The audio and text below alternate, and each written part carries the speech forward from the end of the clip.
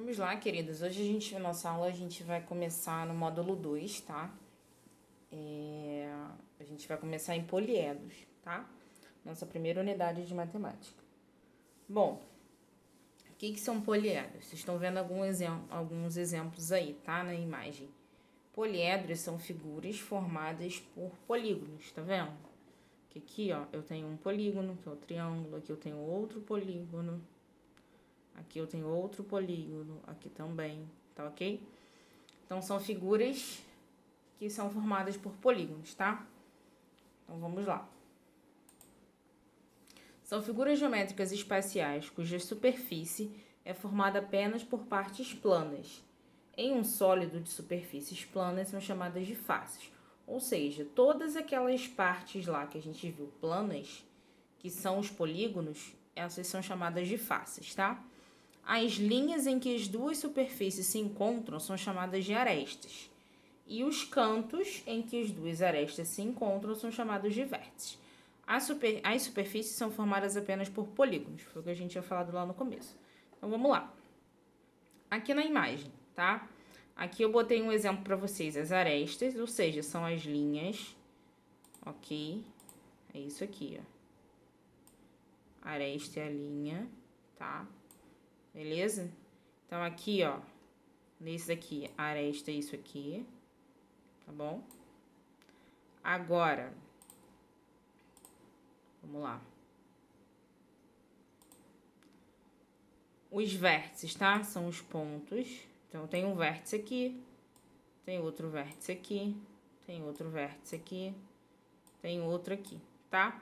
Normalmente, nos poliedros, a gente tem a mesma quantidade de vértices que a gente tem em cima, a gente tem embaixo. Então, tem outro aqui, tem um aqui lá atrás que não tá aparecendo, tem um aqui e tem um aqui, tá? Vamos ver nesse aqui, ó. Já tá até marcado pelas bolinhas, tá vendo? 1, 2, 3, 4, 5, 6. Esses são os vértices, tá? As faces, eu costumo dizer que são os lados do poliedro, tá? Então, aqui eu tenho uma face, aqui eu tenho outra face, aqui eu tenho outra. Aqui atrás eu tenho mais uma, aqui eu tenho mais uma, aqui eu tenho mais uma, certo? Bom, vamos ver isso vendo essa figura aqui, tá vendo? Aqui eu marquei os vértices, os pontinhos, que são pontinhos vermelhos, tá? As arestas eu marquei de preto. E as faces eu fiz um risquinho em cada face, tá? Então, eu tenho faces, vértices e as arestas de preto, ok? Deixa eu voltar aqui. Bom, os poliedros se dividem em prismas. Esses prismas, eles vão ser classificados de acordo com o número de lados da base, tá? Lembrando que o prisma, ele tem duas bases. Por quê? Aqui eu tenho um exemplo de um prisma, certo? Por que eu tenho um prisma? Porque são duas bases. Porque ele consegue ficar em pé desse jeito, ou eu consigo virar ele também fica em pé do mesmo jeito, ok?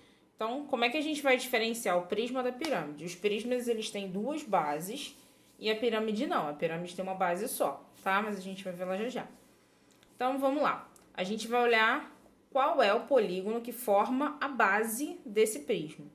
Então, eu tenho prisma triangular, por quê? Porque aqui dentro, ó, eu tenho um triângulo, né? Não ficou muito certinho não, mas... Ó, aqui eu tenho um triângulo, tá vendo? Triângulo, tá? Por que é prisma quadrangular ou prisma de base quadrada? Tanto faz. Porque aqui, ó, eu tenho um quadrado, tá? Prisma pentagonal, porque ele tá em formato de pentágono. Aqui, aqui, aqui, aqui, aqui, tá? Um pentágono. Prisma hexagonal, formato de um hexágono, tá? Tanto faz você olhar a base de baixo ou a base de cima, ok? Não vai fazer diferença nenhuma. Pirâmides. A pirâmide também é classificada de acordo com o polígono da base, tá? Só que a pirâmide, ela tem uma base só. Aqui eu tenho um exemplo de pirâmide, ó, tá? Então, eu tenho a mesma situação, eu tenho vértices, ó, aqui em cima, as arestas que está de preto, né? E as faces, mesmo jeitinho do prisma, tá? Só que a pirâmide eu tenho uma base só. Porque se eu fosse virar ela ao contrário, ela não fica em pé, tá vendo? A não ser se eu segurar, ok? Então, essa é a diferença do prisma para a pirâmide. Bom, nós vamos ver agora uns poliedros de Platão, tá? Aí eu botei alguns exemplos, certo? Os poliedros de Platão, ele tem nomes específicos, certo? Ele não, o nome dele não é de acordo com o formato da base, certo? Ele é de acordo com a quantidade de faces que ele tem. Então, aí o cinza é dodecaedro, porque ele tem 12 faces, 20 vértices e 30 arestas. Icosaedro, porque ele tem 20 faces. Octaedro, porque ele tem 8 faces. Hexaedro, porque ele tem 6. E tetraedro, porque ele tem 4. Vamos lá ver o que é isso aí. Existe uma classificação especial de poliedros chamadas poliedros de Platão, ou sólidos de Platão. Para que possa ser um poliedro de Platão, é necessário que o poliedro obedeça às seguintes disposições. Todas as faces devem ter a mesma quantidade N de arestas. Ou seja, se aqui, né, eu vou voltar aqui. O dodecaedro, ó, ele tem que ter a mesma quantidade N de arestas, né? Então aqui eu tenho 1, 2, 3, 4, 5. Todas as minhas faces têm que ter 5 arestas, ok? Todas elas. Para ele obedecer a primeira regra. Segunda regra, todos os vértices devem ser formados pela mesma quantidade M de arestas. Certo? Então, vamos lá. Deixa eu voltar aqui, ó. Se eu tenho 5 arestas, eu tenho que ter 5 vértices. Se eu tenho 3 arestas, ó, como é o caso aqui, 1, 2, 3, eu tenho que ter 3 vértices, tá? Então, ele precisa ter o mesmo número de arestas e vértices para ele ser poliedro de Platão. Relação entre a quantidade de vértices, faces e arestas de um poliedro. Claro que a gente não vai desenhar os poliedros de Platão, não tem como a gente desenhar o icosaedro. Até tem, mas precisa de muita habilidade para isso, tá?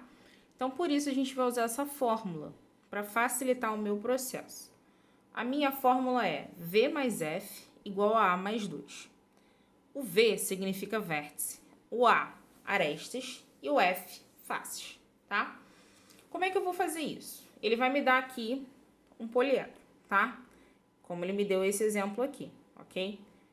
Eu sei que ele tem 6 faces, 8 vértices e 12 arestas. Eu quero saber se ele vai ser um poliedro de Platão ou não, certo? Então, a gente vai jogar esses dados aqui na fórmula. V, 8, vale 8, né? Que a gente viu aqui. F vale 6, A vale 12 e o mais 2 da fórmula, tá? Como é que eu sei se isso tá certo ou não? Esse lado aqui tem que dar o mesmo valor desse lado aqui, ok? 12 mais 2, 14. Deixa eu ver se eu consigo. E 6 mais 8 também dá 14. Ou seja, ele tem a mesma quantidade de cada lado, tá? Só isso. Difícil assim. Bom, aí eu coloquei um esqueminha, tá? Um mapa mental para vocês. Do tetraedro, isso não precisa gravar não, tá? O que é importante vocês gravarem é isso aqui. Isso aqui. Que é a fórmula. E o macete. Vamos fazer a 2. Eu e você, você e eu. Tá? Por que vamos fazer a 2? Vamos, vértice. Fazer, faces. a aresta. 2, 2, certo? Então, a gente tem uma forma mais prática de montar essa fórmula, tá? Detalhe, o exercício, para poder ele pedir essa fórmula aí, ele vai ter que me dar alguma coisa. Ou ele vai me dar vértice, ele vai me dar face, ele vai me dar aresta. Alguma coisa ele não vai me dar, tá? Pode ser que ele não me dê um desses três, ou pode ser que ele me dê os três e peça para conferir se tá certo ou não. Foi aquilo que a gente fez no slide anterior, tá? É só você somar os dois lados, se der o mesmo valor dos dois lados, tá correto. Se não der, é falso, ok? Então, vamos lá, prosseguindo. Bom, aí nós temos exercícios, tá? Das atividades. Lá da página 104, que é a página que começa o capítulo, até 111. E para casa, 112 e 113, tá? Que é só exercício de revisão. A gente vai fazer os exercícios juntos, ok? Durante a aula, tá bom? Beijos!